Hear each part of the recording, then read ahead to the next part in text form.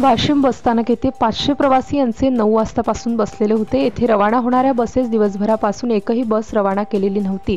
महाराष्ट्र नवनिर्माण सेनेच्या पदाधिकारी यांच्यासोबत संवाद करून आम्हाला पंढरपूरकडे जाण्याकरिता एकही बस उपलब्ध नाही असे उडवाउडवीची उत्तरे दिलीत। याची दखल महाराष्ट्र नवनिर्माण सेनेचे वाशिम यवतमाळ वाहतूक सेनेचे जिल्हाध्यक्ष गजानन वैरागडे, वाशिम शहराध्यक्ष रविभाऊ वानखडे, समाजसेवक रामभाऊ बाजड, लहुजी शक्ती सेनेचे वाशिम जिल्हा अध्यक्ष मोहनराज दुतोंडे, वाशिम जिल्हा कार्याध्यक्ष शंकर पाटील खंडारे, वाशिम डेपो मॅनेजर यांच्याशी चर्चा करून वाशिम येथून पंढरपूर जाण्याकरिता बसेस उपलब्ध करून देण्याचा हट्ट धरून या ठिकाणावरून पंढरपूर येथे जाण्याकरिता 4 बसेसची व्यवस्था करून दिली।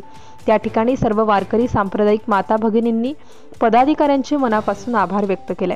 एसटी महामंडळाच्या निर्लज्ज व्यवस्थापन दिसून आले।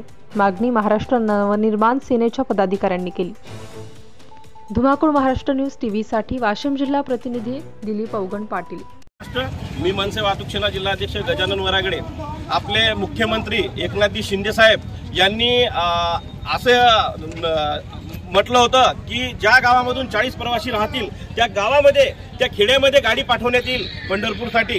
परंतु या ठिकाणी वाशिम शहरामध्ये प्रत्येक तालुक्यातून लोक आलेले आहेत। या ठिकाणी सकाळी 9 वाजतापासून उपाशी तापाशी बसलेले आहेत, परंतु इथले डीएम आतापर्यंत ही गाडी सोडत नाहीयेत। हे जे भाविक भक्त पंढरपूरकडे जाण्यासाठी उत्सुक आहेत हे आज सकाळपासून उपाशी तापाशी आहेत। तर आता आम्ही नुकतंच या ठिकाणी आमचे शहराध्यक्ष रविभाऊ वानखेडे व तसेच समाजसेवक रामभाऊ बाजड व आमची मनसे इतर टीम आलेले आहोत। आता या ठिकाणी डीएमशी चर्चा करून लगेच या लोकांना 4 ते 5 गाड्याची सुविधा करून महाराष्ट्र निर्माण सेनेच्या वतीने देण्यात येईल। जय हिंद, जय महाराष्ट्र, जय मनसे। आपल्या परिसरातील ताज्या आणि महत्त्वाच्या बातम्या पाहण्यासाठी आजच आपल्या धुमाकूळ महाराष्ट्र न्यूजला YouTube वर सबस्क्राइब करा आणि बेल आयकॉन प्रेस करा।